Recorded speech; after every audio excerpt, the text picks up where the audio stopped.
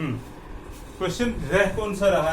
कुछ कोई भूमिका कह रही थी, कोई क्वेश्चन रह रहा है, जरा बताओ मुझे कौन कौन सा? एक्सरसाइज 7.2 का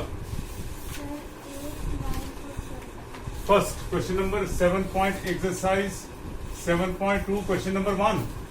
हाँ बताओ, क्वेश्चन नंबर 1 पढ़ो। Find the coordinates of the point which divides the join of -1, 7 and 4, -3 in the ratio 2:3. इसके कोऑर्डिनेट्स बताने हैं, इस पॉइंट के कोऑर्डिनेट्स, एक्स वाई पॉइंट के कोऑर्डिनेट्स बताने हैं, जबकि ये इस मान लो पी क्यू और ये समझो आर है। R divides P Q in the ratio of 2:3। आपको ये एक्स वाई बताना है। फॉर्मूला आपको याद है, x इज इक्वल टू, याद करो जरा, x is equal to m1 x2 plus m2 x1 divide by m1 plus m2। और इसी तरह से y होगा m1 y2 plus m2 y1 divide by m1 plus m2। तो आपको ये हो गया x1 y1, ये हो गया x2 y2 और ये हो गया m1 और ये हो गया m2। यही वैल्यू से सब्स्टिट्यूट करनी, मुश्किल क्वेश्चन तो है ही नहीं है, राइट? फिर उसके बाद नेक्स्ट क्वेश्चन बताओ। इफ रुको, क्वेश्चन नंबर 8 है, if a and b are -2 और b 2, b है 2 -4, ठीक। Find the coordinates of P such that AP is equal to 3/7 of AB and P lies on the line segment AB. आप board की ओर एक minute देखो। Find the coordinates of P। मान लो coordinates of P है XY, तो आपको ये पता होना चाहिए ना, ये भाई ये M1 और M2 पता होना चाहिए। आपको वही नहीं पता। हमारे पास M1 और M2 निकालने का तरीका होता है, लेकिन हमें ये के कोऑर्डिनेट्स अगर पता होते तो, ऐसे क्वेश्चन हमने किए हैं। आपको इसके कोऑर्डिनेट्स पता है, इसके कोऑर्डिनेट्स पता है, अगर इसके भी कोऑर्डिनेट्स पता हो तो आप M1 M2 निकाल सकते हो। अगर ये कोऑर्डिनेट्स पता है, ये कोऑर्डिनेट्स पता, अगर M1 M2 पता हो तो ये x और y के वैल्यू पता कर सकते हैं। ऐसा हमने पढ़ा है। लेकिन समस्या क्या है, इसमें ना आपको इसके कोऑर्डिनेट्स पता, ना M1 पता, ना M2। तो एक तो ये जोड़ी भी नहीं पता M1 M2 की, ना ये XY की जोड़ी पता है। ऐसे क्वेश्चन, मगर एक चीज तो कुछ लिखा है। क्या लिखा है? AP is equal to, अच्छा AP is equal 3/7 of board की ओर देखो। उसका मतलब क्या हुआ? AP by AB is equal 3/7। ये मानते हो? AP by होना क्या चाहिए? रेशो क्या होता है? यहाँ पे P है, यहाँ पे A है, then here is P। What do you have? M1 ऐसे होता ना, AP by PB होता है M1 by M2। ये मानते हो आप? दिस बाई दिस होता है M1 by M2। लेकिन यहाँ पे क्या है? AP by PB नहीं है, AP by AB है। Is that clear? तो गड़बड़ क्या है? गड़बड़ है ये सारा है 7, वही लिखा है ना, AB है 7, ये है 3। क्या बता सकते हो ये कितना होगा? 4। तो PB एकदम निकल गया। जिसको समझ में नहीं आया ये 4 क्यों, हाथ खड़ा करो, मैं फिर से बताता हूं। इसने कहा AB की जगह पे 7 लिखा है, उसका मतलब ये सारा अगर 7 है, उसमें से AP है 3, ये 3 है, तो फिर ये 4 होगा, तभी तो सारा 7 बनेगा। तो 3/4 होगा रेशो। मैं ऐसे लिखूंगा, this implies AP if AP is equal to 3, then AB is equal to 7। मगर इसका मतलब हुआ, इसका मतलब AB हो गया AP plus PB is equal to 7। AP मुझे पता है 3, so 3 plus PB is equal to 7। So PB is equal to 7 minus 3. PB is equal to 4. This implies AP upon PB is equal to 3/4। बस अब बात बन गई, ये 3 है फिर और ये 4 है। अब अभी बिल्कुल अभी का क्वेश्चन हुआ है। चलो ये पूरा भी करते हैं। अब जब आपको पता है 3/4, अब लिखो x। मैं लिखूंगा let x, y be the coordinates। अभी कुछ नहीं लिखना। Coordinates of point P। इस पॉइंट P के कोऑर्डिनेट्स XY हैं। आपको कहता है क्वेश्चन ये XY निकालो। मैं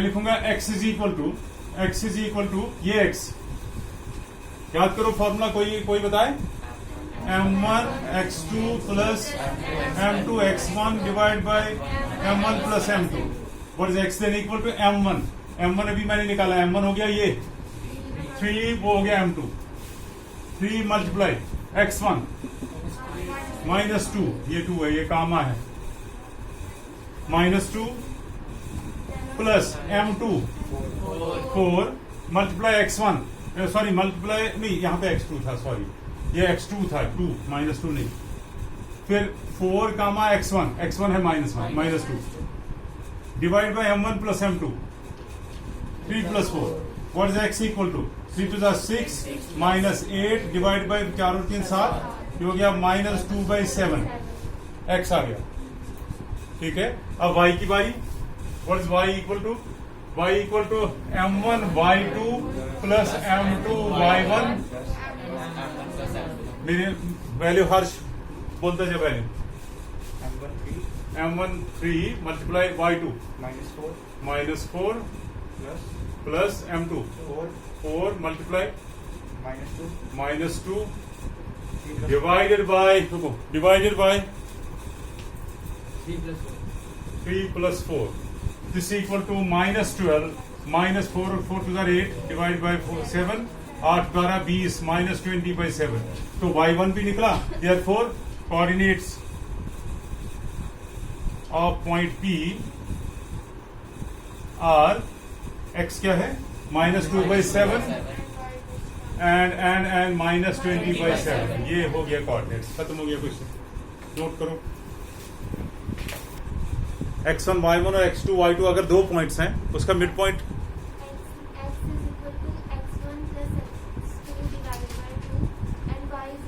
बिल्कुल सही। अगर आपके पास एक लाइन सेगमेंट है, ये इसके कोऑर्डिनेट्स अगर x1 y1 हों और इसके कोऑर्डिनेट्स हैं x2 y2, then mid point is this plus this, mid point इसका होगा x1 प्लस x2/2 और y1 प्लस y2/2। इसका क्या अर्थ हुआ, सपोज आपके पास एक लाइन सेगमेंट है, ये है 2 और ये है 3 2 4 और ये है 4 6, सपोज ये कोऑर्डिनेट्स हैं इसके और इसके, आपको बताना होगा कि मिड पॉइंट के क्या कोऑर्डिनेट्स होंगे, ये मिड पॉइंट है, इसके क्या कोऑर्डिनेट, आप बोलोगे ऐसे x1 प्लस x2/2, 4 और 2 6, 6/2 हो गया 3, y1 प्लस y2 हो गया 6 और 4 10, 10/2 हो गया 5, ये इसके कोऑर्डिनेट्स, 3 5 मिड पॉइंट, ठीक है। ये पढ़ा है हमने कुछ दिन पहले, ये फॉर्मूला मैंने प्रूव करके भी बताई, आप में से कौन कौन ध्यान देता होगा वो अलग बात है, लेकिन मैं तभी कह रहा हूं जब आप अगली बार आओगे तो प्लीज कम प्रिपेयर। हाँ, क्या है क्वेश्चन, हाँ आप बोलती जाओ, इसके कोऑर्डिनेट्स बोलो। ए है -2 2 एंड बी 2,8 2,8, आपको 4 इक्वल ऐसे बता रहा है, 4 इक्वल पार्ट्स में डिवाइड करता है। बताओ इन ये 3 जो बीच में बनेंगे ना, तभी तो 4 टुकड़े हो जाएंगे, 1 2 3 और 4, इनके कोऑर्डिनेट्स आपको बताने हैं। इनके कोऑर्डिनेट्स हो गया ये इन 3 पॉइंट्स के। देखो यहां से मैं शुरू करूंगा, मैं लिखूंगा x1 y1 इस पॉइंट के कोऑर्डिनेट्स, इसके लिखूंगा x2 y2, इसके लिखूंगा x3 y3, ठीक है,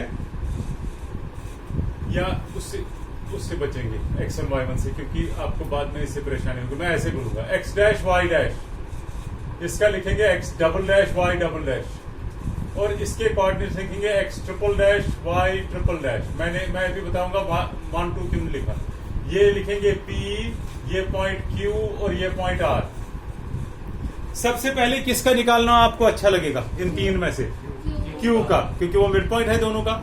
फिर जब ये पता चलेगा, फिर इन 2 का मिड पॉइंट निकालेंगे, फिर उन 2 का में हो गया, आ जाएगा ना। फिगर बनाओ, अब इसमें स्टेटमेंट शुरू करो, let T x dash y dash, bracket में x dash y dash, Q x double dash y double dash and R x triple dash y triple dash. divide AB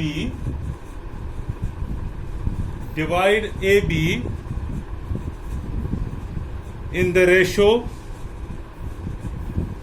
in ratio नहीं, in 4 equal parts, in 4 equal parts.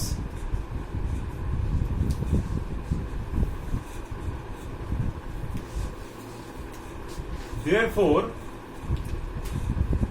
नीचे लिखोगी QX double dash Y double dash.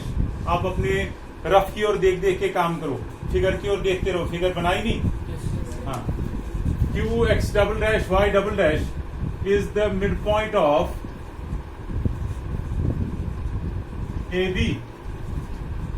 Therefore, X double dash is equal to, कोई बताए? X double dash minus 2 plus 2 divide by 2. क्योंकि ये आपको ये दो भूल जाने, जैसे ये है ही नहीं. आप सिर्फ ये बोलोगे इसका मिड पॉइंट होगा this plus this by 2, so that is 0 by 2, that is equal 0. और y डबल डैश इसी तरह से क्या होगा Aryan? y double dash 2 plus 8 divide by 2, 2 plus 8 हो गया 10 by 2, that is equal to 5. तो हमें इसके कोऑर्डिनेट्स पता चले. यहां पे हम लिख सकते हैं 0,5. उससे याद रहेगा क्योंकि ये फिगर हमारी है, ये एग्जामिनर के लिए नहीं है. अब ये नो मेंशन करेंगे x dash y dash, actually है ना, हम मिटाएंगे थोड़ी. अब आप सोचो ये हिस्सा है ही नहीं इस फिगर का, ये कुछ भी नहीं है. अब सिर्फ ये है कि ये पॉइंट है 0 0, ये भी नहीं है. यहाँ पे 0,5 है, तो ये फिर इसका मिड पॉइंट है ना P. तो क्या लिखोगे नीचे? रफ की ओर देख के लिखो. Now P x dash y dash is the midpoint of AQ. P x dash y dash is the midpoint of AQ.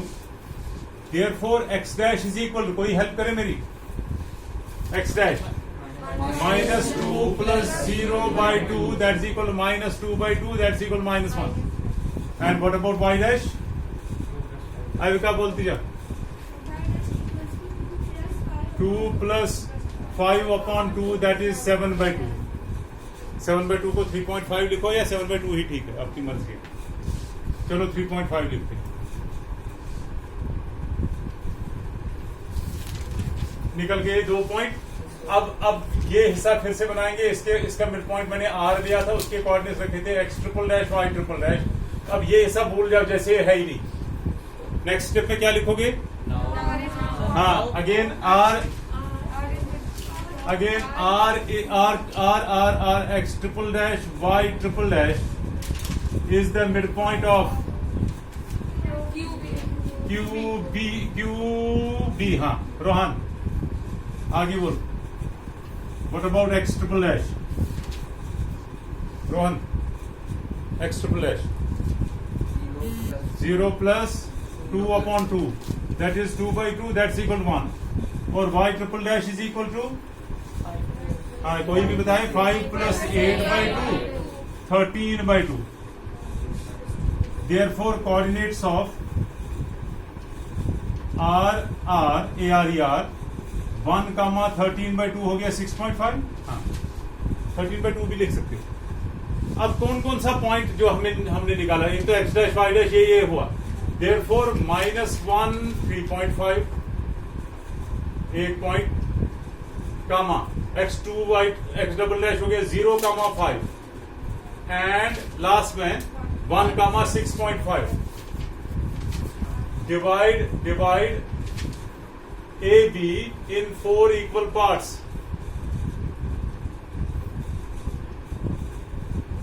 यही क्वेश्चन में लिखा हुआ था.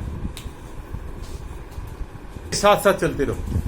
इलेक्ट्रिसिटी चैप्टर में न्यूमेरिकल्स में से क्या क्या इंपॉर्टेंट है, पहले फॉर्मुलाएं कौन कौन सी हम यूज करेंगे. सबसे पहले potential difference is equal to work done by number of charges. ये आप नोट करोगे, लिस्ट सा बनाओगे, उससे जल्दी जल्दी आपको इजी होगा काम. करंट तो होता है, याद करो, किसी को याद है current? I Q upon T. ठीक है. उसके बाद ओम्स लॉ है क्या? V equal to IR. उसके बाद रेजोनेंस सीरीज है R1 plus R2 plus R3 जितनी भी होंगी. रेजोनेंस पैरेलल्स है, पैरेलल्स P. वो होता है 1/R1 plus 1/R2 plus 1/R3। फिर आपने ये भी पढ़ा है resistance is equal to rho L upon A, ये भी मैंने पढ़ा है, याद है। फिर आपने पढ़ा है P इज इक्वल VI, ये भी एक फॉर्मूला प्रूव की है। और लास्ट में पढ़ा है H इज इक्वल VIT, ये कल शायद पढ़ी, मतलब सैटरडे को। इन्हीं फॉर्मूलाओं का हम बार बार यूज करेंगे इस चैप्टर में। मैं फिर बता दूं, अगर आप में से किसी को याद नहीं है ये क्या लिखा हुआ है, ये समझ में ही नहीं आता क्योंकि देखा ही नहीं होगा ये chapter. This chapter is one of the difficult chapters, क्योंकि इसमें न्यूमेरिकल कम से कम वो लाइट की तरफ बहुत सारे न्यूमेरिकल है, 10-20 है, और एग्जाम में आते भी हैं। इसमें क्या करोगे आप इनको पढ़ लो, जो समझ में नहीं आता मेरे से बात करो। पर आपके पास नोट वोट कुछ, अगर पिछला नोट भी नहीं बनाया है, पिछला वीडियो एक बार फिर से देख के जल्दी जल्दी नोट्स बनाओ।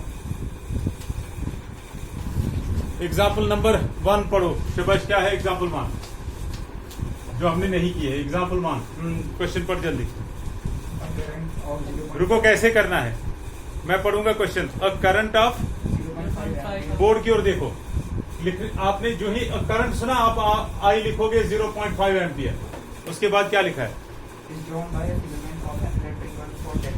10 मिनट्स, इसका मतलब टाइम है 10 मिनट्स, MIN। फिर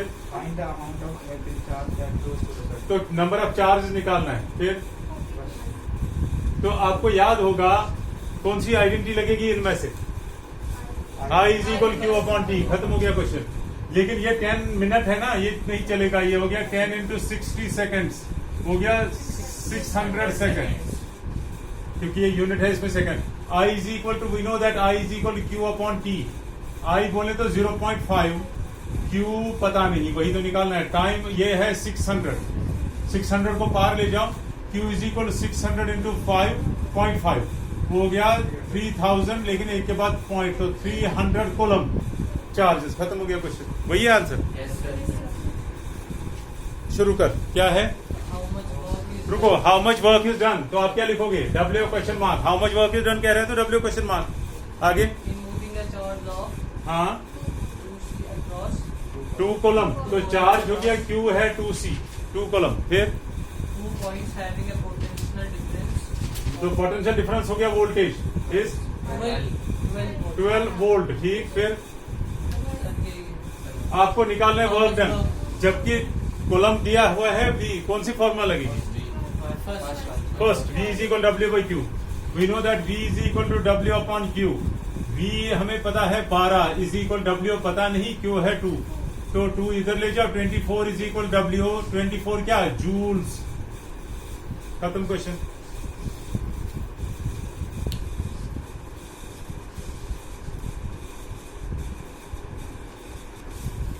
हाँ, हाउ मच करंट, तो क्या लिखोगे पहले? हाउ मच करंट में यहाँ पे क्या लिखोगे? I क्वेश्चन मार्क, ये भी एग्जाम्पल है। I question mark, how much current, current नहीं पता। आगे, तो वोल्टेज है 220 वोल्ट। आगे,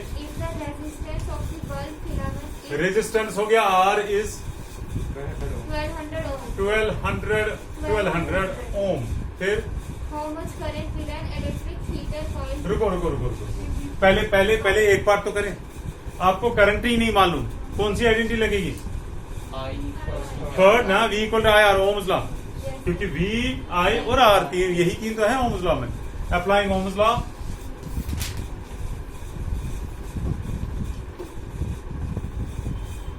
applying Ohm's law, V equal to I R। V बोले तो 220, I पता नहीं, R हो गया 1200। मेरे साथ साथ करते जाओ क्वेश्चन, ये आसान है। 220 अपॉन 1200 is equal to I, 0 0 cancel, 2 6 12, 0 2 11 जा, तो I is equal to 11/60 ampere. तो 11 को 60 से डिवाइड करने पे जो आंसर आएगा वो एम्पियर। इसने क्या आंसर लिखा है देखना, इसको भी वही आया है 11/60 की, वो नहीं आया 0.18 हाँ वही आया 0.18 एम्पियर अप्रोक्सीमेटली।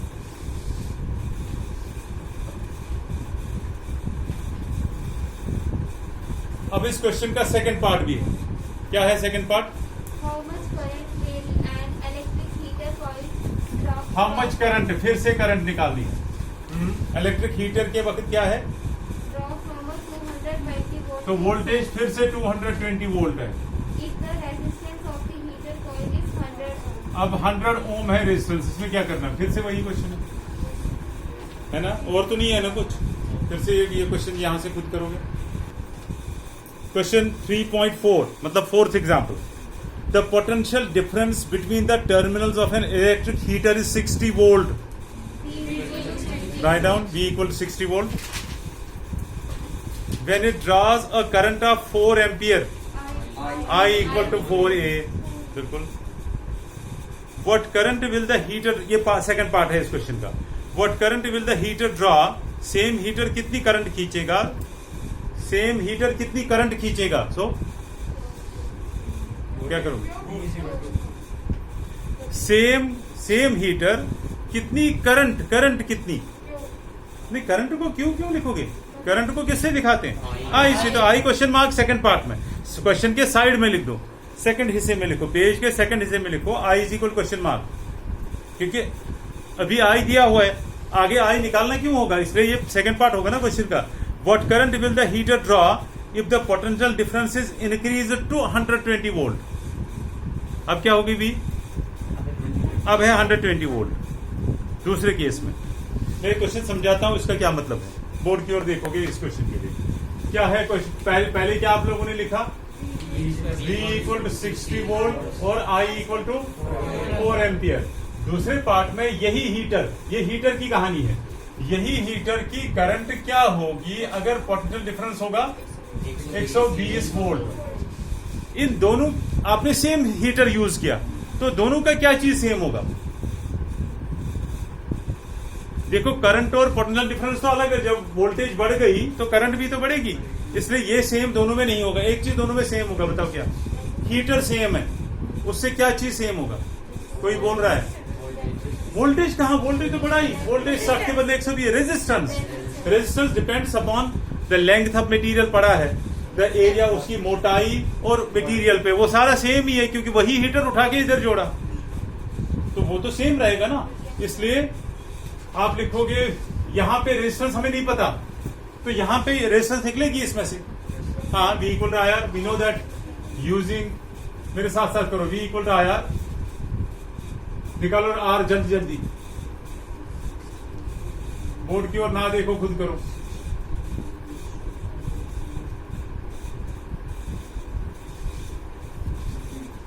$15 ओम। अब वही इधर लगाएंगे सब।